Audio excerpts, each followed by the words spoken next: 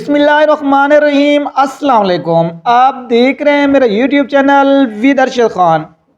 جب جناب مفتاح اسماعیل پاکستان کے وزیر خزانہ تھے تب مجھ سمیت ہر پاکستانی ایک امید کے ساتھ لندن کی طرف دیکھ رہا تھا۔ اسحاق ڈار پاکستان کی سرزمین پر قدم رکھیں گے تو اسی وقت ڈالر منہ کے بل زمین پر گر جائے گا۔ ہم سب یہ امید بھی لگائے بیٹھے تھے پاکستانی روپیہ بھی بڑھ جائے گا، درآمدات اور برآمدات کے درمیان عدم توازن کسی حد تک توازن کی طرف جائے گا۔ مہنگائی کے مارے عوام یہ امید لگائے بیٹھے تھے ظالمانہ ٹیکس کے نظام میں کچھ بہتری لائی جائے گی۔ مفتاح اسماعیل کی جگہ اسحاق ڈار کو وزیر خزانہ بنائے جانے کی صورت میں خوش گمانیوں کا اظہار کیا ہوا تھا، لیکن اسحاق ڈار اور ان کی ٹیم نے جو سلوک عوام کے ساتھ کیا، اس کے بعد یہ کہنا تو بنتا ہے تجد گزار اسحاق ڈار نے منصب سنبھالنے کے بعد سب سے پہلے اپنے پرانے بقایا جات وصول کیے، اپنے مقدمات کا کما کیا اور پھر عوام کی مشق کسنے کی طرف توجہ دی۔ لوگ کہتے ہیں اسحاق ڈار کے پاس کوئی جادو کی چھڑی نہیں جس کے گھمانے سے معیشت درست سمت میں گامزن ہو جائے۔ ہم بھی یہی کہتے ہیں مفتاح اسماعیل کے پاس بھی کوئی جادو کی چھڑی نہیں تھی۔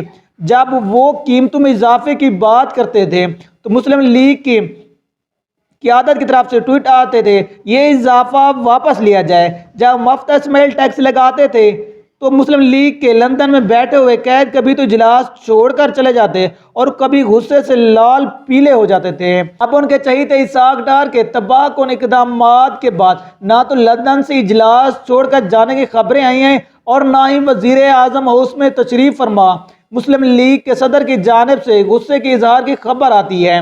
اگر یہی چاند چڑھانا تھا تو مفتاح اسماعیل میں کیا برائی تھی؟ ان کو توہین آمیز طریقے سے ہٹا کر اسحاق ڈار کو خزانے کا نگہبان مقرر کیا دیا۔ چند ماہ پہلے تک اسحاق ڈار پاکستانی عوام کے خوابوں کے شہزادے تھے۔ انہوں نے واپس آ کر پاکستانی عوام کی نیندیں چھین لی۔ بجلی، گیس، پٹرول کا کیا ذکر کرے، اب تو اجناس، سبزی، گوشت کی قیمتیں پرواز کر کے عام آدمی کی پہنچ سے باہر چلی گئیں۔ مفتاح اسماعیل کو بے آبرو کرنے کے بعد جناب اسحاق ڈار کو تو اس وجہ سر آنکھوں پر بٹھایا گیا تھا وہ آئی ایم ایف کی آنکھوں میں آنکھیں ڈال کر بات کرنے کی مہارت رکھنے والے وزیر خزانہ ہیں، لیکن یوں لگتا ہے جیسے انہوں نے آئی ایم ایف کی آنکھوں میں آنکھیں تو ڈالی نہیں، البتہ اس کی نشیلی آنکھوں کا شکار ہو کر اس کے سحر میں یوں گم ہوئے۔ جو تلوار انہوں نے آئی ایم ایف کے مطالبہ پر چلانی تھی وہی تلوار پاکستانی عوام کی گردن پر چلا دی ہے۔ وفاقی حکومت نے فیڈرل ایکسائز ڈیوٹی کے ساتھ ساتھ جی ایس ٹی کو 70% سے بڑھا کر 18% کر دیا۔ تعمیراتی سامان کی قیمتوں کو پر لگ گئے، سیمنٹ کی بوری کی قیمت بڑھ گئی۔ اس ہمدرد حکومت نے عوام کے زیر استعمال ہر چیز کو عوام کی پہنچ سے دور رکھنے کے عزم پر عمل کرتے ہوئے موٹر سائیکل کی قیمتوں میں بھی یکدم اضافہ کر دیا۔ پاکستانی قوم کی سگریٹ سے جان چھڑانے کے لیے وزارت صحت نے طویل عرصہ مہم چلائی، لیکن عوام تھے کہ سگریٹ پینے سے باز نہیں آ رہے تھے۔ جناب اسحاق ڈار نے سگریٹ کی قیمت میں تقریباً 250% اضافہ کر دیا۔ یوں تمباکو نوشی کے خلاف مہم کو ایک نیا رنگ دے دیا ہے۔ غریب کسان کو موجودہ حکومت نے خصوصی طور پر نشانے پر رکھا ہوا ہے۔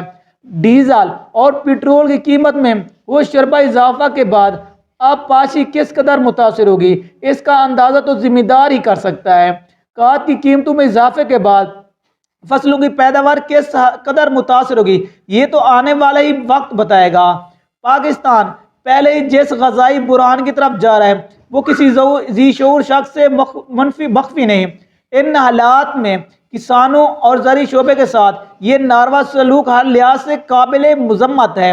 موجودہ حکمران ٹولہ اپنی عیاشیوں میں کمی کے بجائے عوام کی توجہ مہنگائی سے ہٹانے کی کوشش میں لگا ہوا ہے۔ کبھی آٹو لیکس کا شوشہ چھوڑا جا رہا ہے، کبھی عمران خان کی گرفتاری کی بات ہوتی ہے، کبھی صدر مملکت کے آئینی اختیارات کو محدود کرنے کی باتیں کی جاتی ہیں۔ یہ لوگ اگر اتنی توجہ اپنی شاہانہ اخراجات کنٹرول کرنے پر لگاتے تو شاید کچھ بہتری ہوتی۔ جہازی سائز کا کابینہ اور اس پہ اٹھنے والے اربوں روپے کے اخراجات غریب عوام کو منہ چڑھا رہے ہیں۔ حکمران ٹولے کا ایک قدم بھی عوامی فلاح کی جانب نہیں اٹھ رہا، بلکہ ساری توجہ عمران خان اور تحریک انصاف کو دیوار کے ساتھ لگانے پہ صرف ہو رہی ہے۔ حکمران طبقے میں کوئی ایک فرد بھی ایسا نہیں جو انہیں درست راستے پر گامزن رکھنے کی تجویز دے۔ اپوزیشن کے خلاف آگ اگلنے والے تو ہر طرف موجود ہیں، لیکن اس آگ پر پانی ڈالنے والا ایک شخص بھی موجود نہیں۔ پارلیمنٹ کے اندر عام آدمی کے مسائل کے علاوہ ہر موضوع پر بات ہوتی ہے۔ اس ٹولے نے عام آدمی کا جینا محال کر دیا ہے اور مرنا مشکل بھی، گھر بنانا ناممکن اور گھر بسانا بھی مشکل کر دیا۔